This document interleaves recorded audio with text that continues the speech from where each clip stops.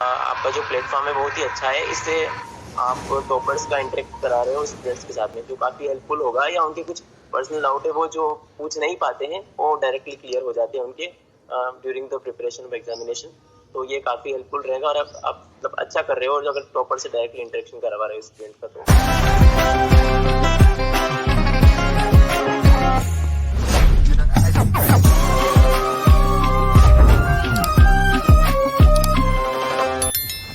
Hello दोस्तों, आप सबका स्वागत है आपके अपने एजुकेट चैनल में। मैं अंकित कुमार, इस चैनल का होस्ट और आप सबका दोस्त।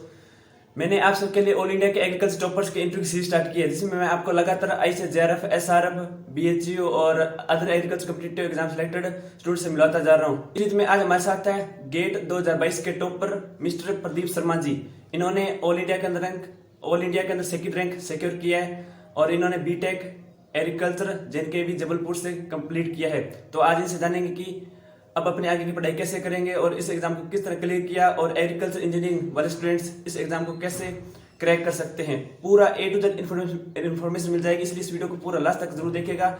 चलिए स्टार्ट करते हैं। और आगे बढ़ने से पहले अगर आप पहली बार हमारे चैनल विजिट कर रहे हैं तो एजी गुरु यूट्यूब चैनल को अभी सब्सक्राइब कर लीजिए और बेल आइकन को ऑन कर लीजिए, ताकि आपको इस तरह के एग्रीकल्चर टॉपर्स के इंटरव्यू और नोट्स और लेटेस्ट अपडेट, नई टेक्नोलॉजी के बारे में, फार्मिंग वीडियोस, ब्लॉग्स, सभी ए टू जेड इन्फॉर्मेशन मिलती रहे। चलिए स्टार्ट करते हैं। सबसे पहले many congratulation from my side and give me your introduction. Thank you, Ankit, for introducing me. Hello everyone. It's Pradeep Sharma, and I am from Ratlam, Madhya Pradesh, and now I am pursuing BTech in Agriculture Engineering from Jawaharlal Nehru Krishi Vishwavidyalaya. I have participated in GATE examination 2022, and I secured All India rank 2. Then I have मेरा ऐसा था कि जैसे कि मैं जैसे first year में मैंने यहाँ पर एडमिशन लिया था, तो मेरा यही मोटिव था कि मैं गेट एग्जामिनेशन करूँगा। क्वेश्चन ये है कि आपने किस सेमेस्टर से इसका प्रिपरेशन करना स्टार्ट किया था? अंकित, मैंने इसका जो प्रिपरेशन है वो 7th सेमेस्टर की स्टार्टिंग से स्टार्ट किया था। मतलब मैंने मई जून में इसका प्रिपरेशन स्टार्ट किया था। वैसे बहुत पहले कर देना चाहिए था, लेकिन मैं किसी प्रॉब्लम के कारण मैं इसका लेट प्रिपरेशन स्टार्ट किया था मैंने। लेकिन मैंने इसका कंटिन्यूटी बनाए रखी। ओके, तो बीटेक एग्रीकल्चर इंजीनियरिंग वाले बाकी स्टूडेंट्स की तरह, बीएससी वाले बाकी कोर्स की तरह जेआरएफ का एग्जाम भी दे सकते हैं। तो आपने जेआरएफ एग्जाम की तैयारी की थी या नहीं की, और जेआरएफ और इस गेट में क्या अंतर है, डिफरेंस बताइए। हाँ, एक्चुअली क्या रहता है कि सिलेबस दोनों का सेम ही रहता है, लेकिन वो क्या है, GATE examination numerical question oriented exam है, और जो जेआरएफ है उसमें लेस नंबर ऑफ क्वेश्चन आते हैं जो कि न्यूमेरिकल बेस्ड होते हैं। उसमें जो थ्योरी और कॉन्सेप्चुअल क्वेश्चन ज्यादा आते हैं। तो मेरा ऐसा था कि जैसे गेट एग्जाम से पहले मेरा ऐसा था कि मैं गेट एग्जाम के बाद जेआरएफ भी दूंगा। नेक्स्ट क्वेश्चन आपसे ये है कि आप कितना टाइम स्टडी को देते थे? स्टार्टिंग में मैंने ज़्यादा पढ़ना पड़ा था, क्योंकि मेरा सिलेबस मैंने शुरू से ही मेरा कंप्लीट नहीं था। मैंने 7th सेमेस्टर से ही पूरा सिलेबस की शुरुआत करी थी। तो स्टार्टिंग में मुझे 8 से 10 घंटे पढ़ना पड़ा था और कंटिन्यूटी बनाए रखनी पड़ी थी, क्योंकि मुझे सिलेबस खत्म करना था। तो उसके बाद फिर धीरे धीरे मैंने 1 घंटा कम कर दिया था, 1-2 घंटे। तो मेरा कम से कम मिनिमम 6 घंटा पर डे तो रहता ही था, 6 आवर्स पर डे। ओके, तो आपने कोई कोचिंग ज्वाइन की थी या सिर्फ सेल्फ स्टडी से क्लियर किया था? मैंने कोई कोचिंग ज्वाइन नहीं करी थी, मैंने सेल्फ स्टडी करा था, क्योंकि मेरे पास इतना टाइम नहीं बचा था कि मैं कोचिंग ज्वाइन करूं और उसके पूरे कोचिंग वाले के सिलेबस को खत्म करूं। ओके, तो अब आप बुक लिस्ट के बारे में बता दीजिए। जी, मैं बुक लिस्ट के बारे में बता देता हूँ। Actually in agriculture engineering there are basically 3 departments. First is post harvest processing and food engineering, second is farm machinery and power, and third one is soil and water conservation engineering. मैं soil and water जैसे food के लिए मैं numerically oriented book रहती है, अंसारी की book रहती है, और प्रिंसिपल्स पढ़ने के लिए आप के एम शाह एंड के सिंह की बुक पढ़ सकते हैं, और एक और जो थर्मल प्रोसेसिंग के लिए आप आर टोलेट और रोमियो टोलेट की बुक पढ़ सकते हैं। फार्म मशीनरी के लिए आप वेल नोन बुक है 3 ऑथर बुक, इसमें प्रिंसिपल्स के लिए आप पढ़ सकते हैं, और ट्रैक्टर के लिए आप 4 ऑथर की बुक पढ़ सकते हैं, और न्यूमेरिकल्स के लिए आप असीमा जिलानी की बुक प्रिपेयर कर सकते हैं न्यूमेरिकल प्रैक्टिस के लिए। और soil and water conservation engineering में बहुत सारे सब्जेक्ट होते हैं। ये एक बहुत बड़ा सिलेबस होता है सॉइल एंड वाटर का। इसमें आपको बहुत सारी बुक कवर करनी पड़ेगी। जैसे मैंने हाइड्रोलॉजी के लिए के सुब्रमण्यम का यूज किया था, और सॉइल एंड वाटर कंजर्वेशन के लिए आर सुरेश का यूज किया था, और फ्लूइड मैकेनिक्स, सॉइल मैकेनिक्स और इन बेसिक इरिगेशन इंजीनियरिंग को रिस्पेक्टिव बेसिक बुक से कवर किया था। ऑब्जेक्टिव बुक नहीं होती हमारे, इसमें न्यूमेरिकल्स होते हैं, क्वेश्चन होते हैं जिसका आंसर हमें इंटीजर में देना पड़ता है ऐसे, और कुछ कुछ में एमसीक्यू होते हैं जो सॉल्व करके। न्यूमेरिकल तो हमारे 8 से 10 क्वेश्चन ही आते हैं इसमें गेट में। ओके सॉरी थ्योरी क्वेश्चन 8 से 10 ही आते हैं, बाकी सारे न्यूमेरिकल आते हैं। ओके। तो अब आप एग्जाम पैटर्न के बारे में बता दीजिए, कितने क्वेश्चन रहते हैं, क्या क्या सब्जेक्ट रहता है, कितने घंटे का टाइम होता है, क्या सब कुछ आप बताइए। ऑनलाइन होता है, ऑफलाइन होता है? Actually total number of question exam में हमारे होते हैं 65। उसमें से 10 क्वेश्चन जनरल एप्टीट्यूड के होते हैं, जो कि लगभग सारे इंजीनियरिंग ब्रांचेस में पूछा जाता है। और जो बाकी के 55 क्वेश्चन होते हैं और जो 85 मार्क्स कवर करते हैं। एप्टीट्यूड के 10 क्वेश्चन 15 मार्क्स कवर करते हैं, और जो बाकी बचे 55 क्वेश्चन 85 मार्क्स कवर करते हैं, जिनमें इंजीनियरिंग मैथमेटिक्स प्लस अपने इंजीनियरिंग के 4 सब्जेक्ट, जैसे एग्रीकल्चर इंजीनियरिंग पूरा पूछा जाएगा उसमें, और इंजीनियरिंग मैथमेटिक्स के 85 मार्क्स का पूछा जाएगा। और जैसे डिपार्टमेंट वाइज फिक्स नहीं रहता है कि इससे 24, वो थोड़ा ऊपर नीचे चलता है, लेकिन हाँ, इंजीनियरिंग मैथमेटिक्स जनरली 13 मार्क्स की पूछी जाती है, जनरल एप्टीट्यूड 15 मार्क्स का पूछा जाता है, और बचा 72 मार्क्स अप्रोक्स इंजीनियरिंग के सब्जेक्ट से पूछा जाता है, और 3 घंटे का एग्जामिनेशन होता है। ओके। तो इसमें बीटेक एग्रीकल्चर इंजीनियरिंग के अलावा डे टेक्नोलॉजी, बायोटेक्नोलॉजी वाले सभी दे सकते हैं? जी, डेयरी टेक्नोलॉजी का मुझे आइडिया नहीं है, लेकिन जैसे फूड साइंस होता है, फूड साइंस वालों के लिए अलग से गेट एग्जामिनेशन होता है। ओके। तो आपने हैंड रिटन नोट्स प्रिपेयर किए थे या क्या नहीं किए थे? हाँ, मैंने हैंड रिटन नोट्स ही प्रिपेयर किए थे। और अगर हैंड रिटन नोट्स बनाने का तरीका बताऊं तो आपको ऐसा बनाना चाहिए कि जैसे आप कोई चैप्टर पढ़ रहे हैं तो आप उसको हर डायरेक्शन से कवर कर ले। मैंने बहुत सारे सोर्सेस यूज किए थे, जैसे मैंने कोर बुक यूज करी थी, और मैंने कहीं कहीं प्रीवियस ईयर क्वेश्चंस भी देखे थे, ताकि मैं सिलेबस का पता लगा पाऊँ कि किस तरह सिलेबस डिजाइन किया होता है और किस तरह वो पूछते हैं। मैंने एनपीटीएल यूट्यूब लेक्चर सीरीज होती है आईआईटीज की, एनपीटीएल, वो फ्री सीरीज है, मैंने उसका भी यूज किया था, जो कि वहाँ पे प्रोफेसर्स के थ्रू लर्निंग होती है। और उन्हीं से मिला के मैंने अपने सारे नोट्स, जब मैं पढ़ता था तो मैं लगभग सारा ही डाटा कलेक्ट करके नोट्स में लिख लेता था, ताकि रिवीजन में कोई छूटे ना मेरे। ओके। आई सर, जेआरएफ के अंदर तो ऑल इंडिया एग्रीकल्चर यूनिवर्सिटीज में होता है सिलेक्शन, तो इस गेट के थ्रू अब आपका कौन से इंस्टीट्यूट में सिलेक्शन होगा? कौन से इंस्टीट्यूट इसके अंदर आते हैं? गेट एक्चुअली गेट क्वालिफाई करने पर ही आपको बहुत सारे ऑप्शंस आईआईटीज में मिल जाते हैं, और अगर आप टॉप 10 या टॉप 20 में हो तो आपको अच्छे कॉलेज के मतलब ऑप्शंस रहते हैं आपके हाथ में।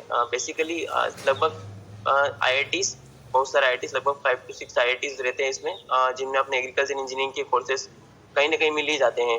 एग्रीकल्चर वालों को अलाउ कर दिया जाता है। आईआईएससी भी इस बार शामिल है, पिछले सालों से, कई सालों से, लेकिन कुछ ब्रांचें हैं जो इस बार आईआईएससी ने अलाउ करी है एग्रीकल्चर इंजीनियरिंग के लिए।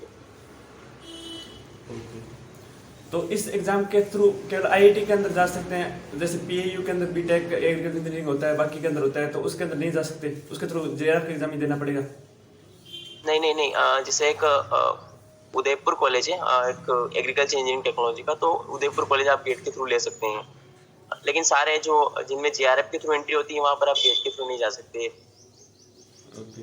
यानी कि गेट के थ्रू आप आईआईटी में जा सकते हैं, टॉप इंस्टीट्यूट में जा सकते हैं? IIT plus IISc. Okay okay. तो अब आप बता दीजिए मेन एग्जाम के बारे में। मेन एग्जाम को आपने किस तरह हैंडल किया था? उस टाइम को जो प्रेशर होता है, और उस नेगेटिव मार्किंग को आपने कैसे कम किया था? क्या स्ट्रेटजी रहती है, सब कुछ बताइए। मैंने ना जैसे मैंने पढ़ाई करने के बाद मैं जो टेस्ट देता था, पार्ट टेस्ट भी दे देता था, और मैंने लास्ट में मॉक टेस्ट की प्रैक्टिस करी थी। तो मैं जैसे ही मेरे मॉक टेस्ट के जो मार्क्स आ रहे थे वो इतने मतलब मुझे सेटिस्फाई करने वाले नहीं थे, लेकिन वहाँ पे डिमोटिवेट नहीं होना है अपने को, तो मैं उसी माइंडसेट के साथ एग्जाम में गया। और एग्जाम में जो मेरा इस बार का क्वेश्चन पेपर मतलब थोड़ा था, बेसिक क्वेश्चन था लेकिन क्रिटिकल क्वेश्चन थे, तो वहाँ पर मैंने वही माइंडसेट, जैसा मैं टेस्ट सीरीज में बैठता था वही माइंडसेट लेके मैं एग्जाम में बैठा। वहाँ पे कोई मैंने एक्स्ट्रा फियर नहीं अडॉप्ट किया। तो वहाँ पर ना मेरा, जैसे मैंने कुछ लोगों की स्ट्रेटजी होती है कि आप डिफिकल्ट पहले करें, और सबकी अलग अलग स्ट्रेटजी होती है, तो मैं कॉमन स्ट्रेटजी नहीं देना चाहूँगा कि सभी ये यूज करें, लेकिन मैंने जो किया था कि मैंने कोई स्ट्रेटजी यूज ही नहीं की थी। मैंने क्वेश्चन जैसे जैसे आते हैं जो बनता गया मैं वो बनाता गया, ताकि आखिरी में मेरे ऊपर बर्डन ना रहे कि इतने क्वेश्चन मेरे से नहीं बने, जितने मेरे से बनते गए मैं बनाते गया। और ये 3 घंटे का एग्जामिनेशन होता है, तो मेरा जो पेपर है वो 2 घंटे 15 मिनट में ही हो गया था। ओके। ऑनलाइन हुआ था या ऑफलाइन? ऑनलाइन हुआ था, ऑनलाइन ही लेता है ये। ऑनलाइन आपका जबलपुर से, आप तो जबलपुर में हुआ था क्या? मेरा सेंटर जबलपुर ही था। आपसे नेक्स्ट क्वेश्चन है कि आप लास्ट 10 डेज में कैसे रिवाइज किया पूरा सिलेबस को? एक्चुअली जब अपन पढ़ते जाते हैं तो इतना कंटेंट इकट्ठा हो जाता है कि आप रिवाइज करने के बारे में जब सोचते हैं तो एक डर सा लगता है मन में। सही उसका एक तरीका होता है कि इसमें क्या है, मेन कॉन्सेप्ट और फॉर्मूला ओरिएंटेड क्वेश्चंस भी आते हैं। हाँ, माना है कि आपके कॉन्सेप्ट क्लियर है, लेकिन आपका हाथ एकदम फ्रीक्वेंट होना चाहिए फॉर्मूला के बेसिस पर। क्या आप जैसे ही दिमाग में क्वेश्चन आए, आप सीधा उसका फॉर्मूला लिख दो, सीधा फॉर्मूला लिख दो या फॉर्मूला बना लो वहीं पे एग्जाम में। तो आप ये तरीका होता है कि आप सारे फॉर्मूलेस और कॉन्सेप्ट की एक लिस्ट बना ले, हर सब्जेक्ट की एक लिस्ट बना ले, केवल उस फॉर्मूले का नाम लिख ले और उसको देखें, और उसको देख के आप कॉपी में रिटर्न में प्रैक्टिस कर सकते हैं, ताकि एग्जाम में जैसे आपके दिमाग में क्वेश्चन आए, आपका सीधा वहाँ फॉर्मूला छप जाना चाहिए, फॉर्मूला या कॉन्सेप्ट वहीं पे छप जाना चाहिए, ताकि आपका टाइम बहुत बचे। और ये स्ट्रेटजी मेरे लिए बहुत कामयाब हुई। ओके। जैसे आई से जेआरएफ में स्कॉलरशिप मिलती है, मतलब 12,640 रुपये पर मंथ स्टार्टिंग मिलती है पीजी के अंदर, तो इसके अंदर स्कॉलरशिप वगैरह है कुछ? इसमें भी मिलता है, टीचिंग असिस्टेंटशिप मिलता है उसमें आपको। इसमें 12,600 नहीं मिलता है, इसमें 12,400 मिलता है 12,400 पर पर मंथ। मंथ। और इसी के थ्रू आगे पीएचडी में जाना हुआ, एमटेक के बाद पीएचडी होता है कुछ? हाँ, एक्चुअली मेरा पीएचडी का गेट के थ्रू नहीं है, मेरा पीएचडी का था। मैं जेआरएफ से अगर करता तो मैं जरूर पीएचडी करता, लेकिन मैं अगर गेट के थ्रू कॉलेज लेता हूँ तो मैं पीएचडी का नहीं सोचूंगा। वैसे गेट के थ्रू पीएचडी होती है क्या? हाँ, गेट के थ्रू पीएचडी हो जाती है। आपको MTech plus PhD courses, sandwich courses बोलते हैं जिनको, वो 5 साल में एमटेक प्लस पीएचडी करवा देते हैं वही आईआईटी। आपने अपनी स्टडी लाइफ को, यानी कि आप जिस टाइम पढ़ते थे, और अपनी कॉलेज लाइफ को किस तरह मेंटेन किया? यानी कि आपने 4th ईयर की तैयारी किया था, तो उस टाइम आपको किस तरह बैलेंस किया? ये मेरे लिए एडवांटेज रहा कि मेरा आधा 4th ईयर घर पे ही निकला, क्योंकि अभी कोविड सिनेरियो चल रहा था, तो लॉकडाउन लगा था, तो कॉलेज की ऑनलाइन क्लासेस चल रही थी। तो ये बहुत बड़ा बेनिफिट रहा, जिसके कारण मैं 8 घंटे दिन में पढ़ पाया हूँ। वरना मैं, ये मुझे प्रॉब्लम आती थी, लेकिन फिर भी कर सकते थे, क्योंकि मेरे जो पिछले सीनियर्स है वो भी रैंकर्स हैं, उन्होंने कॉलेज और पढ़ाई को मेंटेन किया है, गेट की पढ़ाई को, तो हो जाता है। ऐसा नहीं है, आप एग्जाम में भी कॉलेज का आपको यूज करना चाहिए, प्रोफेसर से इंटरेक्ट करना चाहिए, डाउट सॉल्व करवाना चाहिए, तो वो एक पॉजिटिवली वे में अप्रोच कर सकते हैं कि अगर कॉलेज लग भी रहा है तो आप प्रोफेसर की हेल्प ले सकते हैं, और नहीं अगर ऑनलाइन क्लासेस है तो वो बेटर ही है। ओके। तो आप अपने आप को मोटिवेट कैसे रखते हो? हाँ, एक मोटिवेशन फैक्टर, मतलब वो भी आपका रिजल्ट डिसाइडिंग फैक्टर होता है। मोटिवेशन तो आपको थ्रू आउट द पीरियड बना के ही रखना पड़ेगा। मोटिवेशन मेरा ऐसा था कि मेरा सिविल सर्विसेज में मुझसे नहीं हो पाता है, मेरा रहता है कि मैं नहीं कर पाता हूँ सिविल सर्विसेज, या मैंने कभी सोचा नहीं है दूसरे एग्जाम्स के लिए। मेरे पास एक ही ऑप्शन बचता था, गेट या फिर जेआरएफ। तो ये तो मेरे लिए एक बाउंडेशन हो गया था कि इसके अलावा मेरे पास ऑप्शन नहीं है, मुझे इसी में करना है। और दूसरी बात, मोटिवेशन के लिए आप मोटिवेट, मतलब वो रहना है, तो मोटिवेट के लिए आप को आपका जो ड्रीम इंस्टीट्यूट होता है, आप उसको लेकर चल सकते हैं कि ये मुझे इसी एग्जाम के थ्रू मिलना है, तो वैसे ही मोटिवेशन बनता रहेगा। और पढ़ाई करते समय अगर आप डीमोटिवेट हो, पढ़ाई में मन ना लगे, तो आपको ऐसा रहता है कि इतना ज्यादा सोचना नहीं है, क्योंकि इसमें बहुत सारी क्रिटिकल थ्योरीज आती हैं। तो आप ये सोच के पढ़ लीजिए कि अगर किसी साइंटिस्ट ने थ्योरी दी है तो उसने अपनी लाइफ टाइम उस एक पेज की थ्योरी बनाने में दे दी, तो आप कम से कम 1 घंटा 2 घंटा तो दे ही सकते हो उसको पढ़ने के लिए। इसमें गेट के बाद एग्जाम देने के बाद करियर अपॉर्चुनिटी क्या होती है, स्कोप इन इसके बाद इंजीनियरिंग? हाँ, बहुत इंजीनियरिंग वालों के लिए तो बहुत सारे ऑप्शन रहते हैं गेट के थ्रू। आप इसमें जैसे आईआईएससी रिसर्च ओरिएंटेड इंस्टीट्यूट है, तो वहाँ पे आपकी जैसे आप डाटा साइंस में जा सकते हो, एक वहाँ पे प्रोग्राम होता है CDS, computational and data science, उसमें जा सकते हो। मैनेजमेंट में जा सकते हो, मैनेजमेंट के बहुत सारे रेप्यूटेड इंस्टीट्यूट है, ग्लोबल लेवल के इंस्टीट्यूट है इंडिया में, जो कि गेट के थ्रू एंट्री देते हैं, जैसे नीटी बॉम्बे है और एक आईआईटी बॉम्बे है। ये बहुत सारे रेप्यूटेड इंस्टीट्यूट्स हैं, जिसमें आप गेट के थ्रू, अगर आपका स्कोर अच्छा है तो आप इंटरव्यू बेसिस पर, एक उनका रिटर्न टेस्ट होता है, उसके बेसिस पे आप इजीली एंटर कर सकते हो। तो ऑप्शंस तो बहुत सारे हैं, लगभग हंड्रेड्स ऑफ ऑप्शन है यहाँ पे, अगर गेट में आपने अच्छा स्कोर किया है तो। यानी कि प्लेसमेंट हो जाता है लास्ट में? यहाँ प्लेसमेंट हो जाए, हमारे सीनियर्स का हुआ है प्लेसमेंट, जिन्होंने गेट के थ्रू कॉलेज लिए थे। ओके। तो प्लेसमेंट कितना का होता है, मतलब? प्लेसमेंट इंस्टीट्यूट पे डिपेंड करता है, जैसे नीटी से भी प्लेसमेंट हुआ है, आईआईसी बेंगलोर से भी प्लेसमेंट हुआ है, और आईआईटी बॉम्बे से भी प्लेसमेंट हुआ है। तो नीटी से मेरी मोस्ट सीनियर है, मैं नाम ले सकता हूँ, तो काजल चंद्राकर मैम है। उन्होंने इंडस्ट्रियल इंजीनियरिंग से 2 साल का फ्लैगशिप प्रोग्राम है वहाँ से किया था, तो उनका जो सीटीसी लगा है वो 27.04 का था एलपीए पर एनम का? ओके। तो बीएससी एग्रीकल्चर करने के बाद स्टूडेंट्स जेआरएफ का एग्जाम भी दे सकते हैं, बाकी कॉम्पिटिटिव एग्जाम दे सकते हैं, केट का भी एग्जाम दे सकते हैं अगर एमबीए करना हो, और बीटेक एग्रीकल्चर इंजीनियरिंग वाला भी केट का एग्जाम दे सकते हैं आईएम में जाना हाँ, हो। बीटेक वाले केट हाँ, भी दे सकते हैं। तो केट और गेट में क्या डिफरेंस है? केट एक्चुअली केट में केवल आपको मैनेजमेंट इंस्टीट्यूट में ही एडमिशन मिलेगा, लेकिन गेट से आपको आप एमटेक भी कर सकते हैं, और मैनेजमेंट प्रोग्राम में भी कई जगह आपको गेट के थ्रू एंट्री मिलती है। जैसे आईआईएससी का जो मैनेजमेंट होता है वहां पर केवल गेट वालों को ही, इंजीनियर्स को ही अलाउ करते हैं वहां पे। हाँ, गेट के थ्रू भी वहां पे सीट्स रहती है, लेकिन वहाँ गेट के थ्रू भी मिलती है, काफी सारी सीटें गेट वालों के लिए रिजर्व रहती है वहां पे। ओके, तो मैं आपसे एक स्टार्टिंग वाला क्वेश्चन पूछूंगा कि आपने ये बीटेक किया था मतलब आईसर के थ्रू आए थे या आप एमपीपीएटी के थ्रू आए थे? नहीं, मैं ना जेई एडवांस की प्रिपरेशन कर रहा था, मुझे आईआईटी से ही मेरा यूजी करना था, लेकिन जेई एडवांस में मुझे मेरी ब्रांच नहीं मिल पाएगी, और मेरा मैकेनिकल इंजीनियरिंग से करने का था, मुझे ब्रांच नहीं मिल पाई थी, किसी भी आईआईटी में नहीं मिल पाई थी।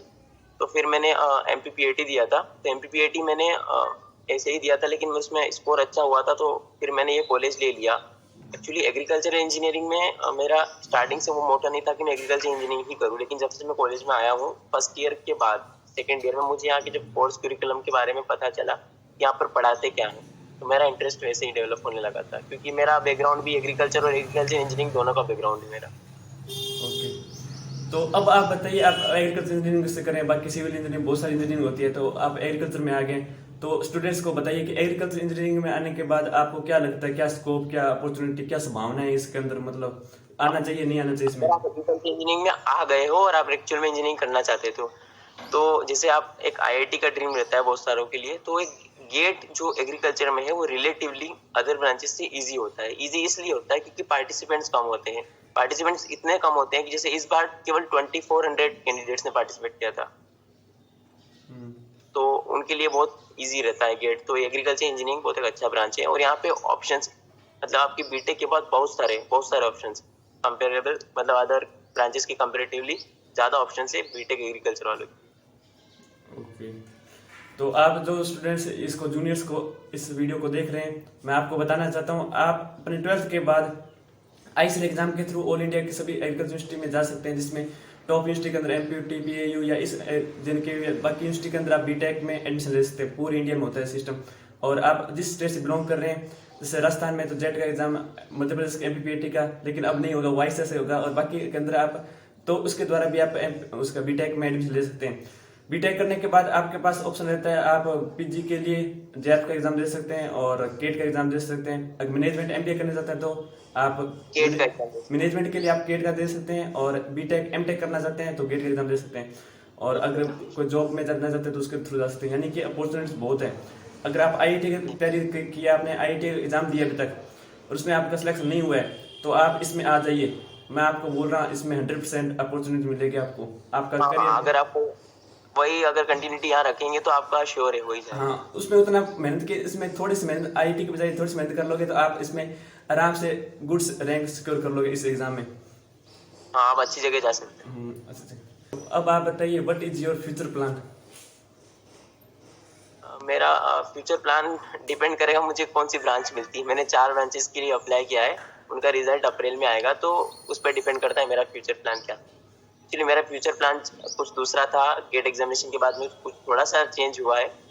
मैं एग्रीकल्चर में अपना फ्यूचर बनाना चाहता था, फार्म मशीनरी में, लेकिन गेट एग्जामिनेशन के बाद मुझे ऑप्शन मिलते हैं, तो अगर इन ब्रांचेस में कुछ मिलता है, जैसे आईआईएससी और आईआईटी बॉम्बे और नीटी बॉम्बे, इनमें से अगर कुछ मिलता है तो मैं उधर जाना चाहूँगा। तो आप प्लीज बताइए, ब्रांच आपने कौन सा अप्लाई किया है, मतलब इसमें एग्रीकल्चर इंजीनियरिंग भी है क्या? हाँ, मैं बता देता हूँ। जैसे आईआईएससी में मैंने सीडीएस ब्रांच होता है, कंप्यूटेशनल एंड डाटा साइंस, और एक सीपीडीएम होता है, डिजाइन एंड प्रोडक्शन वाला, और एक और होता है वहाँ पे स्मार्ट मैन्युफैक्चरिंग का, और एक और होता है एमएमजीटी, मास्टर इन मैनेजमेंट। ये 4 ब्रांचेस मैंने वहाँ के लिए अप्लाई किया है। और नीटी बॉम्बे इंडस्ट्रियल इंजीनियरिंग के लिए, और आईआईटी बॉम्बे में जीएनआर होता है, और एक इंडस्ट्रियल इंजीनियरिंग वहाँ पर भी होता है। ये ब्रांचेस के लिए मैंने अभी अप्लाई किया है, और अभी इनका कॉल लेटर्स और इनके रिजल्ट्स अभी अप्रैल और मई में आ जाए। यानी कि एग्रीकल्चर इंजीनियरिंग नहीं है क्या उसमें? एग्रीकल्चर इंजीनियरिंग आईआईटी खड़गपुर में पूरा एग्रीकल्चर इंजीनियरिंग मिल जाएगा आपको, लेकिन मैंने वहाँ के लिए अप्लाई नहीं किया है, आईआईटी खड़गपुर के लिए। ओके, अब जो जूनियर है, यानी या जेआरएफ इसकी गेट की तैयारी करेंगे, या मतलब ऐसे जेआरएफ की तैयारी कर रहे हैं, तो आप उनको क्या सलाह दोगे कि दो थर्ड ईयर के अंदर उनको गेट का एग्जाम देना चाहिए, जेआरएफ का एग्जाम देना चाहिए, या किसका एग्जाम देना चाहिए, कौन सा बेस्ट रहता है? हाँ, जैसे मैं गेट के बारे में भी बता ही सकता हूँ क्योंकि मैंने अभी दिया है। तो मेरे जो जूनियर है वो गेट का एग्जाम आप थर्ड ईयर में भी दे सकते हैं। इसमें ऐसा रहता है कि आप गेट के स्कोर की 3 साल तक वैलिडिटी रहती है। आप 3 साल तक कॉलेज कोई सा भी ले सकते हो। तो थर्ड ईयर में वो एग्जाम दे, आपकी प्रिपरेशन चाहे हुई हो या ना हुई हो, गेट एग्जामिनेशन दे आप, ताकि आप पेपर से फेमिलियर हो जाए। ये मैंने नहीं दिया था लेकिन आपको देना चाहिए। और उसके बाद आपको प्रिपरेशन जो है वो थर्ड ईयर से स्टार्ट कर ही देनी चाहिए, क्योंकि अभी क्या है, कंपटीशन बहुत बढ़ चुका है, कैंडिडेट्स बढ़ रहे हैं और कोचिंग्स आने वाली है इस ब्रांच में। तो कोचिंग के कारण कंपटीशन बढ़ जाता है।